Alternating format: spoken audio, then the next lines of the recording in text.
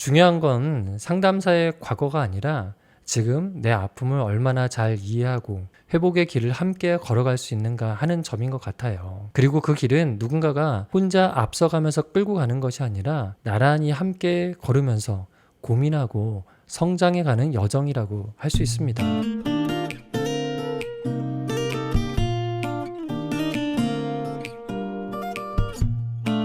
안녕하세요. 마음치유공간 여백의 여백직입니다. 제가 도박 문제로 어려움을 겪으시는 많은 내담자들을 만나면서 간혹 그런 질문을 받아요. 상담사님은 도박해보셨어요? 이런 질문인데요. 또 직접적으로 묻지는 않았지만 많이들 제가 도박했는지에 대해서 궁금해 하셨던 것 같습니다. 아마도 그런 마음 때문일 것이라 생각이 드는데요. 도박 중독에 대해 상담하는 사람이 도박 경험도 없이 어떻게 내 마음을 이해할 수 있을까라는 그런 마음이 있으셨던 것 같습니다. 그래서 도박 중독 상담에서 상담사들의 도박 경험이 중요한 건지, 그 경험에 따라 상담에 어떤 영향이 있는지 잠깐 살펴보려고 합니다. 우선 제 경험을 말씀드리면요. 저는 제가 상담하는 내담자분들과 같은 그런 종류의 도박 경험은 없습니다. 예를 들면 카지노에도 한번 가본 적이 없고요. 스포츠 베팅이나 온라인 도박을 해본 적은 아직은 없습니다. 물론 도박을 전혀 안 했다고는 할 수 없는데요. 초등학교 때는 명절에 어른들이 고스톱 치는 장면을 보고요. 어깨너머로 보면서 심취해가지고 한 2, 3주 정도 친구들과 막 학교 끝나고 고스톱을 하면서 놀았던 기억이 있습니다. 또 중학교 때는 학교에서 책치기가 유행이었는데요. 학교에 대대적인 단속이 있기 전까지 책치기에 빠졌던 적도 있고요. 고등학교 입학하고는 수학여행 때 친구들과 막 포커를 한 후에 일정 기간 또 포커에 빠져서 친구들이랑 계속 했던 그런 기억도 있습니다. 이렇게 도박과 관련된 제 과거 기억을 떠올리면서 제가 깨달은 것이 있다면요. 나는 도박과 같은 자극에 몹시 취약한 사람이구나 라는 사실입니다. 당시에 도박적인 성격의 놀이나 게임에 상당히 매력을 많이 느낀 것 같고요. 한번 하면 일정 기간 동안에는 푹 빠졌던 경험들이 있습니다. 다행히 외부의 제재나 다른 자극을 주는 놀거리가 있어서 단기간에 중단할 수 있었던 것 같은데, 상담을 하면서 내담자분들의 도박 경험담을 듣다 보면요, 묘하게 흥미진진해지고 흥분이 되는 경우들이 있거든요. 그래서 그런 상담을 하면서 나도 도박을 했다면 깊이 빠져들었겠구나, 중독의 양상으로 갈 수 있겠구나, 그런 생각들을 자주 했습니다. 그러면 이런 질문부터 한번 해보려고 해요. 도박 경험이 없으면 도박에 대해서 전혀 모르는 걸까요? 중독이 돼보지 않으면 중독에 대해서 모르는 걸까요? 절반은 맞고 절반은 틀리다라고 할 수 있겠는데요. 이론으로 배운 것과 경험으로 배운 것의 차이라고도 할 수 있겠습니다. 간접 경험과 직접 경험의 차이라고도 할 수 있고요. 도박 중독에 대한 심리 상담을 하려면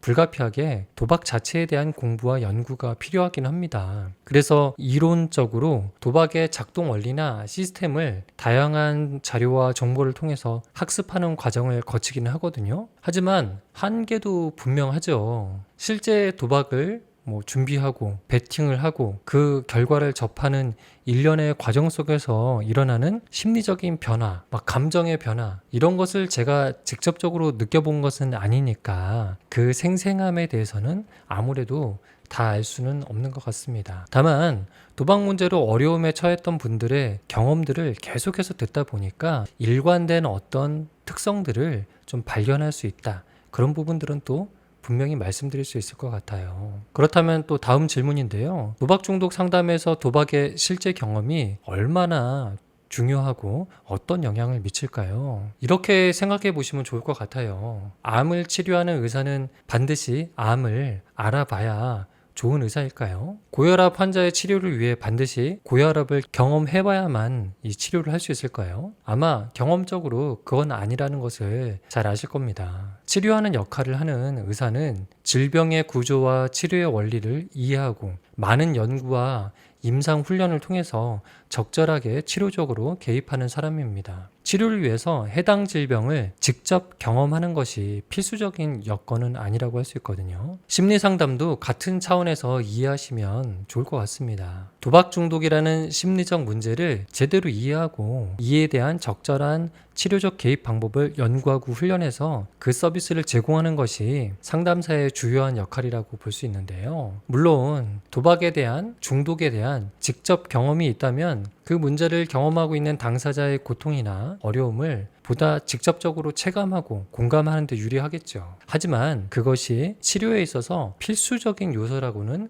볼 수는 없습니다. 때로는 주관적인 직접 경험의 영향으로 상담의 객관성이나 중립성에 영향을 줄 수도 있어서요. 주의가 필요한 부분이라고 할 수도 있거든요.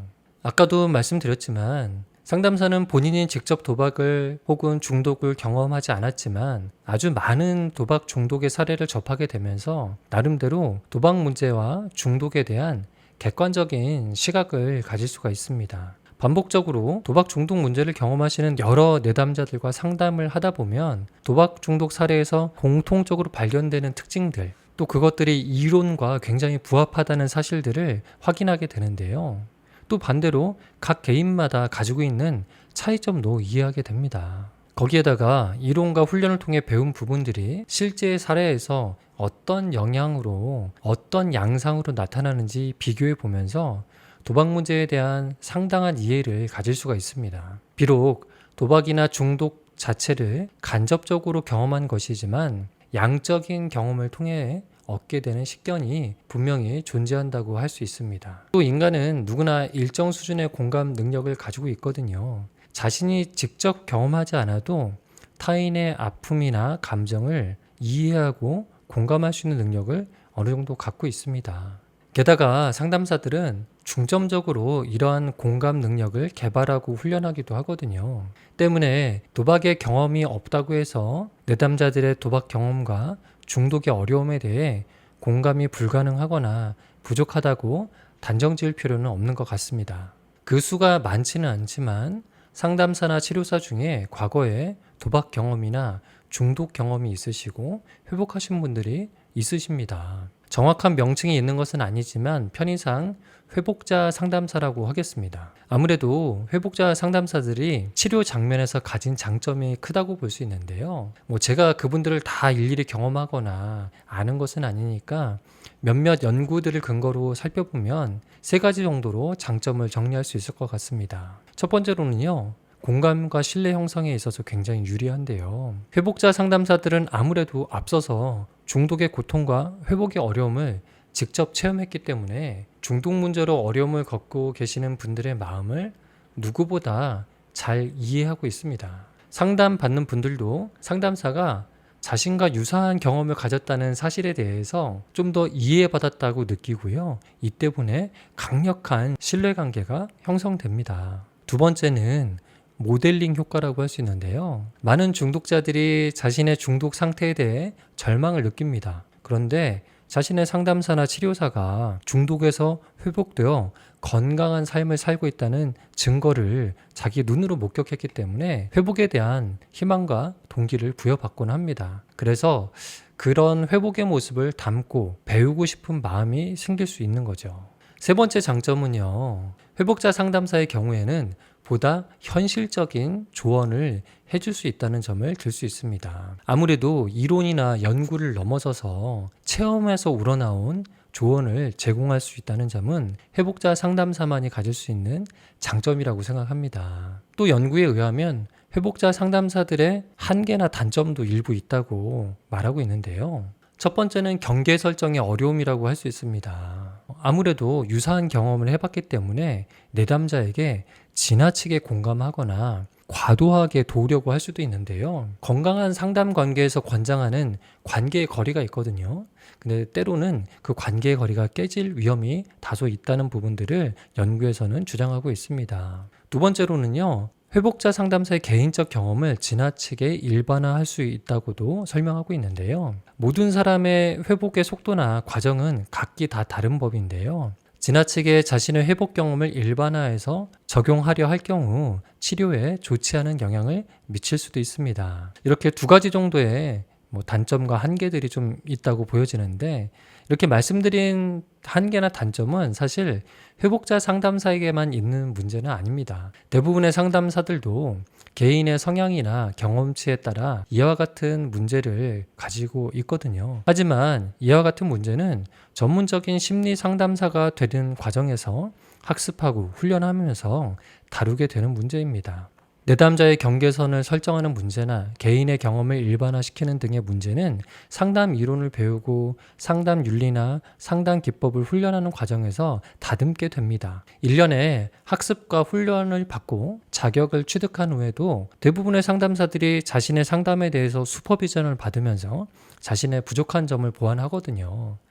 저는 그래서 도박을 했냐 안 했냐 보다 이 부분이 훨씬 중요하다고 생각합니다. 상담사나 치료사가 도박 중독이나 심리 상담을 위한 충분한 공부와 훈련을 받았는지, 그리고 자기 발전을 위해서 계속 슈퍼비전이나 교육을 받으면서 자신의 역량을 개발하고 있는지, 이런 부분이 보다 중요하다고 생각합니다. 추가적으로 제 주관적인 의견을 덧붙이자면 상담사와 내담자도 일종의 궁합 같은 것이 있다고 생각하는데요. 보다 자신에게 딱 맞게 느껴지고 신뢰가 많이 가는, 의지할 수 있는 상담사가 있을 수 있는 것 같아요. 어떤 상담사가 내게 맞는지, 어떤 방식의 상담이 더 효과적인지는 사실 직접 경험해보지 않고는 알기 어려운 부분입니다. 그러니 처음엔 조심스럽고 망설여지더라도 마음을 열고 상담을 경험해보시는 것이 저는 가장 좋은 방법일 수 있다고 생각합니다. 중요한 건 상담사의 과거가 아니라 지금 내 아픔을 얼마나 잘 이해하고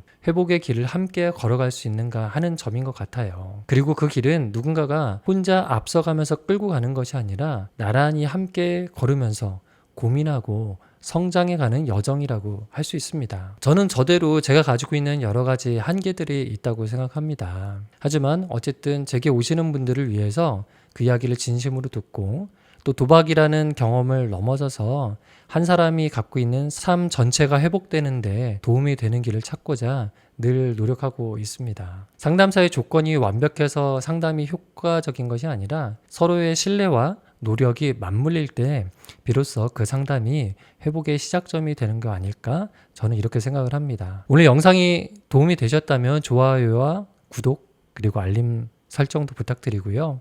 그리고 상담이나 회복에 대해 더 궁금하신 점이 있다면 언제든 댓글 남겨주시면 감사하겠습니다. 저는 마음 치유 공간 여백의 여백직이었습니다. 여러분들의 회복을 진심으로 응원합니다.